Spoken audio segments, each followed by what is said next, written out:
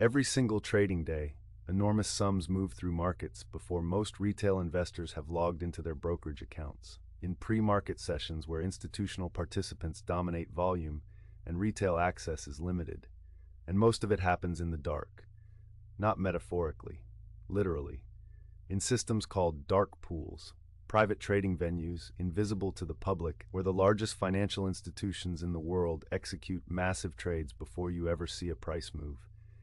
The market you think you're watching, it's the surface. What drives it runs underneath. And here's the part that should stop you cold. This is not illegal. It is documented, it is regulated, and it is happening right now, today, while retail investors debate stock picks on social media, convinced they're playing the same game as Goldman Sachs. They are not. Before we go further, stay with this. Because buried inside the mechanics of how Wall Street actually operates is one specific practice that the SEC itself has acknowledged is a conflict of interest, one that touches every retail trade you have ever placed, one that your broker is almost certainly using. And by the end of this, you'll know exactly what to look for, and one concrete step you can take today.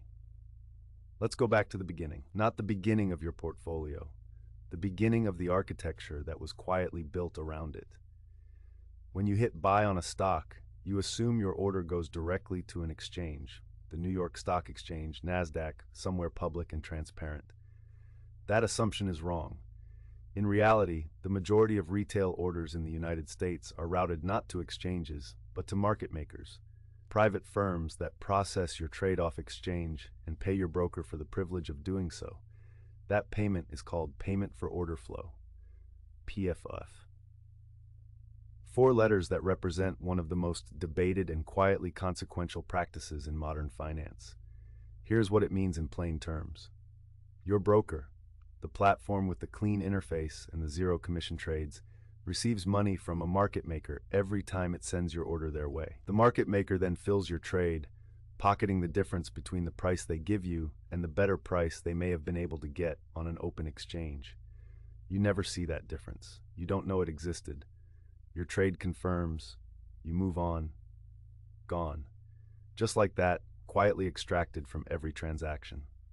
The SEC formally proposed reforms to this system in late 2022, describing payment for order flow as a direct conflict of interest, a characterization the agency made publicly as part of its proposed rulemaking. The proposal stalled, the lobbying was intense, and as of today, payment for order flow remains standard practice across the largest retail brokerage platforms in America. This is where the case breaks open. Dark pools compound the problem. There are dozens of registered dark pools, formerly called alternative trading systems, operating in the United States, a number that has fluctuated over the years, as FINRA has tracked and published their activity. They were originally created so institutional investors, pension funds, mutual funds, could execute large trades without tipping off the market. Legitimate purpose. But over time, they became something else, a parallel market, one where price discovery, the process by which a stock finds its true value, happens away from public view. U.S. regulators and the New York Attorney General documented cases where dark pool operators were alleged to have misled clients about how information inside those systems was being used, whether to benefit the operator or to allow preferred clients to trade ahead of others. In 2016, Barclays and Credit Suisse paid a combined settlement of over $154 million, an action brought by the New York Attorney General over allegations that their dark pool operations misled clients about how trades were being handled inside those private venues. Neither firm admitted wrongdoing. Neither admitted wrongdoing. Nobody ever does. And then something changed. Or rather, something was revealed. The GameStop short squeeze of early 2021 pulled back the curtain on another mechanism, naked short selling.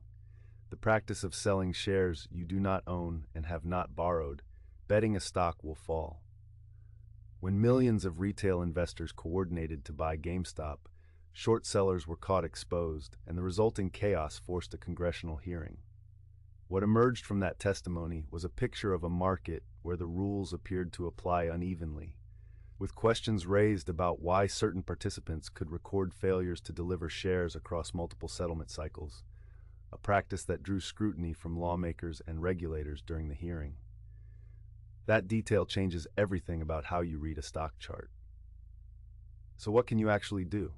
One concrete step. Pull up your broker's most recent 606 report. Every U.S. broker is legally required to publish this document quarterly. It shows exactly where your orders are being routed and how much your broker is being paid to send them there. Read it. Compare brokers. Some route a far higher percentage of orders to exchanges where price improvement is more likely. That single document, publicly available, largely ignored, tells you more about who your broker is actually working for than any marketing page ever will. Remember what I said at the start. Billions move daily before you open the app. The market you see is the surface. Now you know what runs beneath it. The system is not broken. That's what makes this so unsettling. Every mechanism described here, dark pools, payment for order flow, short selling, operates within legal frameworks. Frameworks written with significant input from the very institutions that benefit from them. So the question isn't whether Wall Street is cheating.